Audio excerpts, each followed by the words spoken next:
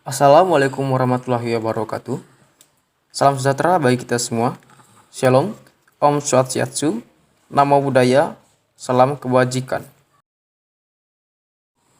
Perkenalkan, nama saya Stefanus Rahmat Merdeka Situmerang dengan NIM 44412000163, kelas 2E Agribisnis.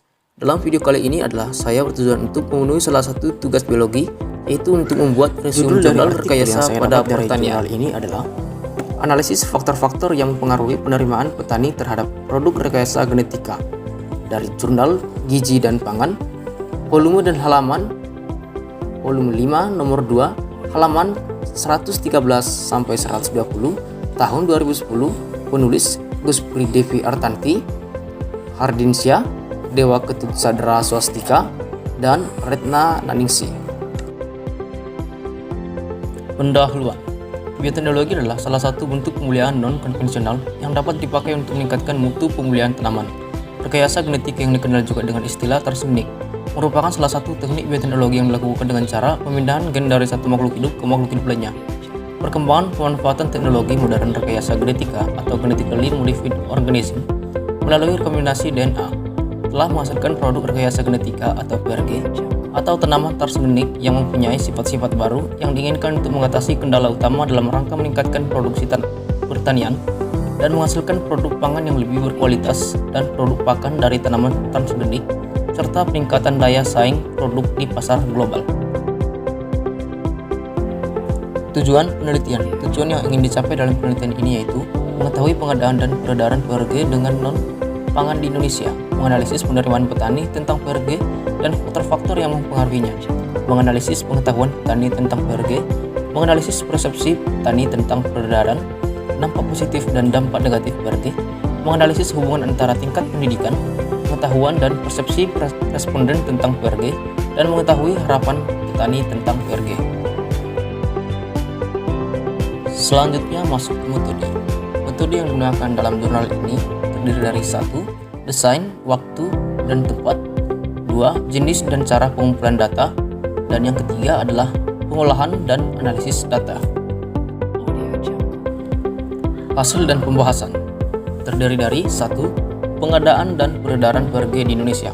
Data dari Departemen Pertanian menyatakan bahwa status tanaman PRG terutama tanaman pangan masih dalam tahap penelitian dan pengembangan di tingkat institusi dan belum ada tanaman PRG yang telah dilepas untuk ditanam secara luas di Indonesia. Satu-satunya produk PRG yang telah dilepas di masyarakat adalah kapas Bolgar di Sulawesi Selatan.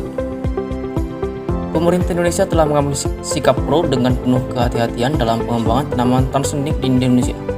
Tanaman transgenik yang akan dilepas di Indonesia diuji melalui penelitian dan pengembangan yang baik, terencana, dan berkelanjutan. Yang kedua, keadaan umum petani.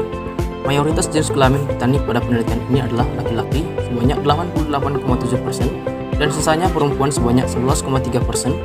Secara umum, mayoritas tingkat pendidikan petani adalah SD sebanyak 64%, SMP sebanyak 20,3%, dan tidak ada tingkat pendidikan petani yang mencapai perguruan tinggi. Sumber pendapatan utama petani adalah dari pertanian pangan sebanyak 99% dan sebanyak 1% dari pertanian non-pangan, di mana mayoritas petani bekerja sebagai buruh sebanyak 44%. Sebagai sumber pendapatan lain untuk mencukupi kebutuhan hidup keluarganya, sebanyak 53% petani terdaftar dalam kelompok tani yang ada di kecamatan mereka. Ketiga, penerimaan petani terhadap PRG. Hasil analisis penerimaan petani terhadap PRG dihitung berdasarkan skor total yang diperoleh dengan menjumlahkan beberapa pertanyaan terkait dengan penerimaan petani terhadap produk rekayasa genetika. Berdasarkan hasil penelitian diketahui 59,7% petani menyatakan menerima PRG dan 40,3% petani tidak menerima PRG.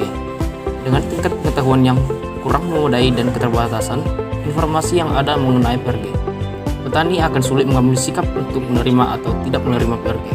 Ini merupakan hal yang wajar dan logis jika responden bersikap hati-hati, namun juga tidak bersikap ekstrim untuk menolak. Keempat, faktor yang mempengaruhi penerimaan PRG. Uji regresi dilakukan untuk melihat faktor yang diduga mempengaruhi penerimaan petani terhadap PRG. Dalam uji regresi logistik ini, variabel penerimaan petani dibagi menjadi dua kategori, yaitu 1. Bila skor penerimaan petani terhadap PRG lebih besar dari 60, dikategorikan menerima, dan Bila penerimaan petani terhadap PRG lebih kecil dari 60, dikategorikan tidak menerima.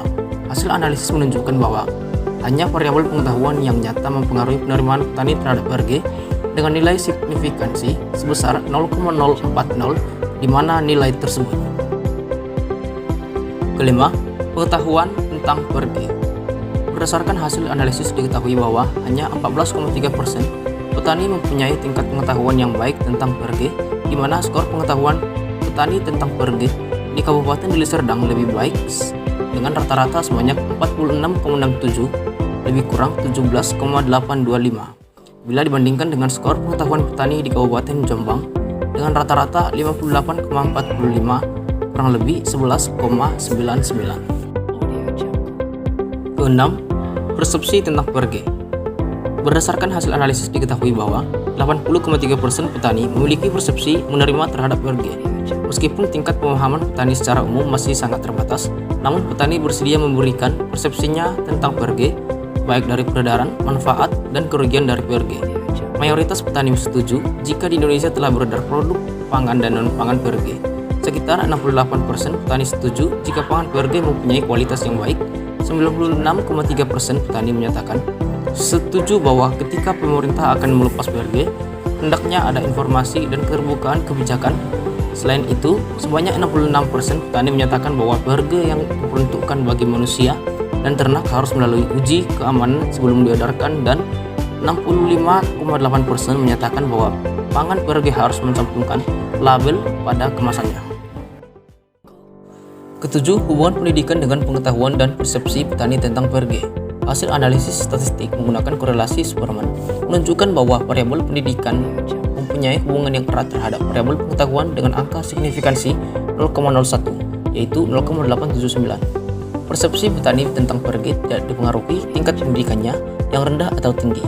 Diduga persepsi petani terhadap PRG didasarkan pada asumsi bahwa dengan adanya teknologi baru dianggap akan meningkatkan produktivitas pertanian dan layak untuk diterima. Kedelapan, harapan petani terhadap PRG dan pertanian di Indonesia. Dari 300 petani, hanya 150 atau 50% petani yang memberikan jawaban untuk aspek harapan terhadap peredaran dan perkembangan PRG. Dari 150 orang petani yang memberikan jawaban, sebanyak 30,3% menyatakan PRG terutama produk pangan bisa diedarkan jika mampu memberikan kualitas hasil yang tinggi, harga benih yang murah dan mudah diperoleh. Selanjutnya, sebanyak 18,4% petani berharap dengan adanya PRG dapat meningkatkan produktivitas pertanian di Indonesia.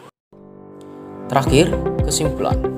Status tanaman PRG terutama tanaman pangan masih dalam tahap penelitian dan pengembangan di tingkat institusi, dan belum ada tanaman PRG yang telah dilepas untuk tanaman secara luas di Indonesia. Satu-satunya produk PRG yang telah dilepas di lingkungan adalah kapas NU Cotton 35B Bolgard di Sulawesi Selatan. Pemerintah Indonesia telah mengambil sikap pro dengan penuh kehati-hatian dalam pengembangan tanaman transgenik di Indonesia.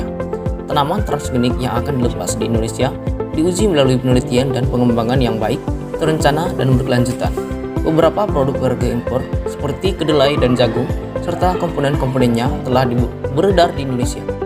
Komponen dari kedelai dan jagung PRG digunakan untuk bahan tambahan pangan atau ingredient makanan dan minuman dalam industri pangan.